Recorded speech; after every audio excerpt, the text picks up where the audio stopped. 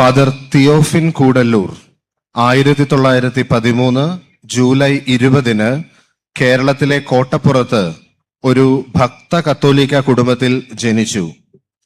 അദ്ദേഹത്തിന്റെ കുടുംബത്തിലെ ശക്തമായ വിശ്വാസവും ലാളിത്യവും കുട്ടിക്കാലം മുതലേ അദ്ദേഹത്തിന്റെ ആത്മീയതയെ രൂപപ്പെടുത്തുന്നതിൽ വലിയ പങ്കുവഹിച്ചു. മൈക്കിൾ എന്ന പേരിൽ ജ്ഞാനസ്നാനം സ്വീകരിച്ച അദ്ദേഹം ഇടവക ജീവിതത്തിലൂടെയും മതബോധനത്തിലൂടെയും പ്രാർത്ഥനാ നിർഭരമായ കുടുംബ സാഹചര്യത്തിലൂടെയും ദൈവത്തിന് പൂർണ്ണമായി സമർപ്പിക്കപ്പെട്ട ഒരു ജീവിതത്തിലായി വളർന്നു വന്നു. 1933 അദ്ദേഹം കപ്പൂച്ചിൻ സഭയിൽ ചേരുകയും തിയോഫിൻ എന്ന പേര് സ്വീകരിക്കുകയും ചെയ്തു. ഇത് സുവിശേഷാത്മകമായ ലാളിത്യത്തിലേക്കുള്ള അദ്ദേഹത്തിന്റെ ചുവടുവെപ്പായിരുന്നു. ഫരങ്കിപ്പേട്ട്, ആലുവ, കൊല്ലം എന്നിവിടങ്ങളിലായുള്ള വൈദിക പഠനം, പ്രാർത്ഥന, തപസ്, സാഹോദര്യം, ജനങ്ങളോടുള്ള അജപാലനപരമായ അടുപ്പം എന്നീ കപ്പൂച്ചിൻ പാരമ്പര്യങ്ങളിൽ അദ്ദേഹത്തെ ആഴത്തിൽ വേരൂന്നിയവനാക്കി.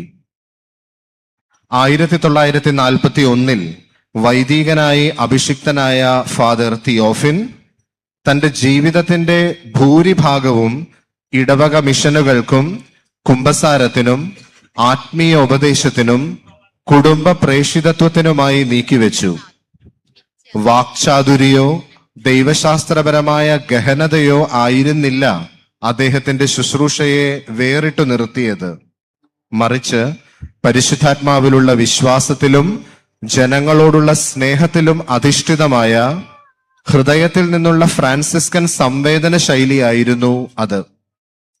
ഗ്രാമങ്ങളിലും സെമിത്തേരികളിലും ദേവാലയങ്ങളിലും വെച്ച് അദ്ദേഹം നടത്തിയ പ്രസംഗങ്ങൾ കലഹങ്ങൾ മൂലം മുറിപ്പെട്ട കുടുംബങ്ങളിൽ സമാധാനത്തിന്റെയും അനുരഞ്ജനത്തിന്റെയും സന്ദേശം എത്തിച്ചു. തർക്കങ്ങൾ പരിഹരിക്കാനും കുടുംബ ബന്ധങ്ങൾ വീണ്ടെടുക്കാനും സഹായിച്ച അദ്ദേഹം ഒരു സമാധാന ദൂതനായി അറിയപ്പെട്ടു. ജനങ്ങൾ സ്നേഹത്തോടെ അദ്ദേഹത്തെ വല്യച്ഛൻ എന്നാണ് വിളിച്ചിരുന്നത്. വീടുകൾ സന്ദർശിച്ചുകൊണ്ടുള്ള അദ്ദേഹത്തിന്റെ പ്രവർത്തന ശൈലി വളരെ ശ്രദ്ധേയമായിരുന്നു. ഒരു ചെറിയ തുണിസഞ്ചി മാത്രം കയ്യിലേന്തി വീട് തോറും സഞ്ചരിച്ച് രോഗികൾക്കായി പ്രാർത്ഥിക്കാനും ദുഃഖിതരെ ആശ്വസിപ്പിക്കാനും ജാതിമത ഭേദമന്യേ കുടുംബങ്ങളെ അനുഗ്രഹിക്കാനും അദ്ദേഹം സമയം കണ്ടെത്തി. അദ്ദേഹത്തിന്റെ ദാരിദ്ര്യവും വിനയവും ശാന്തതയും അദ്ദേഹം പ്രസംഗിച്ച സുവിശേഷത്തിന്റെ ഏറ്റവും വലിയ സാക്ഷ്യങ്ങളായി. കപ്പൂച്ചിൻ സന്യാസി ഒരു വിദൂര പ്രസംഗകനല്ല, മറിച്ച് വേദനിക്കുന്നവർക്കൊപ്പം നടക്കുന്ന സഹോദരനാണ് എന്ന് തന്റെ ജീവിതത്തിലൂടെ അദ്ദേഹം കാണിച്ചു തന്നു. മുൻ ജനറൽ മിനിസ്റ്റർ ആയിരുന്ന ബ്രദർ മൗറോ യോറി നിരീക്ഷിച്ചതുപോലെ ഇന്ന് ഫാദർ തിയോഫിൻ പൊന്നുരുന്നിയിലും ഭാരതമൊട്ടാകെയും കപ്പൂച്ചിൻ ഫ്രാൻസിസ്കൻ ചൈതന്യത്തിന്റെ മാതൃകയായി നിലകൊള്ളുന്നു. കാരണം തന്റെ നാഥനായ യേശുക്രിസ്തുവിനോടും സഭാസ്ഥാപകനായ വിശുദ്ധ ഫ്രാൻസിസ് അസീസിയോടും ആഴമായ ഐക്യത്തിൽ തന്റെ വിളി ജീവിക്കാൻ അദ്ദേഹം ധൈര്യം കാണിച്ചു. വിശുദ്ധ ഫ്രാൻസിസിനെ പോലെ സുവിശേഷത്തെ തന്റെ ജീവിത പ്രമാണമായി സ്വീകരിച്ച ഫാദർ തിയോഫിൻ യേശുക്രിസ്തുവിന്റെ പാതകളെ വിശ്വസ്തയോടെ പിന്തുടർന്നു. ജീവിതത്തിന്റെ അവസാന നാളുകളിൽ പ്രമേഹവും ശാരീരിക തളർച്ചയും അലട്ടിയിരുന്നെങ്കിലും അദ്ദേഹം തന്റെ അജപാലന ശുശ്രൂഷകളിൽ നിന്ന് ഒഴിഞ്ഞു മാറിയില്ല. 1968 ഏപ്രിൽ 4 അദ്ദേഹം നിര്യാതനായി.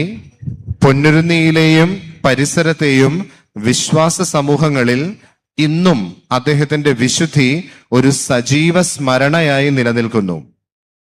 അദ്ദേഹത്തിന്റെ കബറിടം പ്രാർത്ഥനയുടെയും ആശ്വാസത്തിന്റെയും ഇടമായി മാറി. 2005 ജനുവരി 10 അന്നത്തെ വരാപ്പുഴ അതിരൂപത മെത്രാപ്പോലീത്തയായിരുന്ന most reverend doctor Daniel Acharuparambil തിയോഫിനച്ചനെ ദൈവദാസൻ എന്ന് പ്രഖ്യാപിച്ചു. അദ്ദേഹത്തിന്റെ ജീവിതത്തെയും പുണ്യങ്ങളെയും കുറിച്ചുള്ള അതിരൂപതാതല അന്വേഷണം 2008 ഔദ്യോഗികമായി ആരംഭിച്ചു. കേരള സഭയിൽ വിനീതമായ സാന്നിധ്യത്തിന്റെയും സേവനത്തിന്റെയും സമാധാനത്തിന്റെയും ഉത്തമ മാതൃകയായി അദ്ദേഹത്തിന്റെ വിശുദ്ധി ഇന്നും ഓർമ്മിക്കപ്പെടുന്നു. ഈശോ നന്മ ചെയ്തുകൊണ്ട് ചുറ്റി സഞ്ചരിച്ചു എന്ന അപ്പസ്തോലന്മാരുടെ പ്രവർത്തനങ്ങളിലെ വചനം ഓർമ്മപ്പെടുത്തിക്കൊണ്ട് തിയോഫിനസിന്റെ കബറിടത്തിനുമേൽ കുറിക്കപ്പെട്ടിരിക്കുന്ന വചനങ്ങൾ വളരെ ശ്രദ്ധേയമാണ്.